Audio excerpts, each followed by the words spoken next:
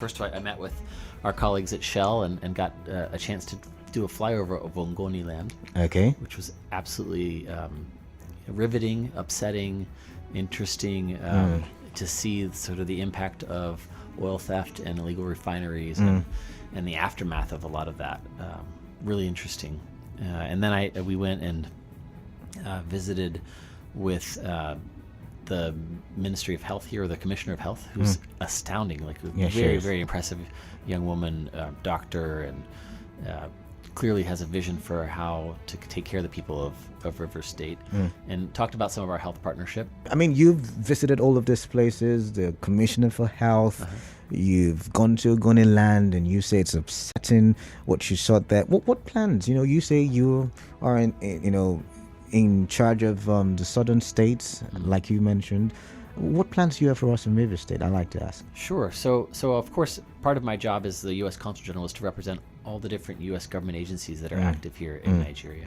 So that is everything from our military cooperation to our law enforcement partners to our health agencies. So our biggest probably amount of funding that the U.S. government spends in Nigeria is on health and humanitarian assistance, to the tune of nearly $700 million a year. Oh, wow. And most of that goes into supporting civil society and local organizations who are implementing jointly with state health organizations things like HIV/AIDS testing, tuberculosis, malaria, responding even to Lassa fever. So we work together with the U.S. CDC, which has a large presence here in Nigeria, at the teaching hospital this morning, talking about some of the programs that we've been doing here for a long time, and have had astounding success in getting the HIV/AIDS epidemic nearly under control. You're very, very close to epidemic control here in River State. So that's one area. On climate change is a problem that faces both of our countries. It faces the whole world. It's a global problem. So looking at the impact, telling Washington, like, this is what's going on and what resources can we deploy. So, for example, last year we supported a U.S. EPA, Environmental Protection Agency scientist, to do work together with NOSTRA, the Nigerian organization for Nigerian oil spill. NOSTRA, just the acronym. Let's go with that. NOSTRA. You know what it is. Yeah. Not everybody knows what it is. Yeah.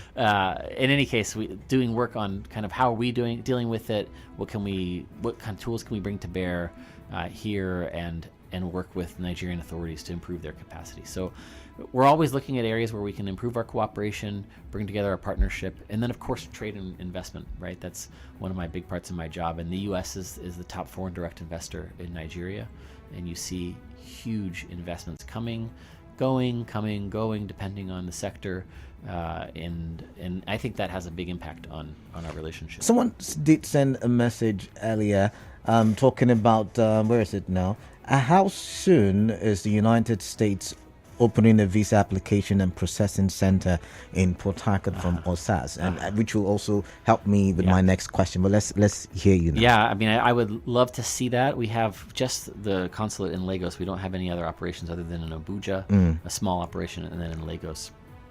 It's quite expensive for us to open a new diplomatic mission, so I don't know of any plans to open one in Port Harcourt. We have done quite a bit to ease the process for applying for visas.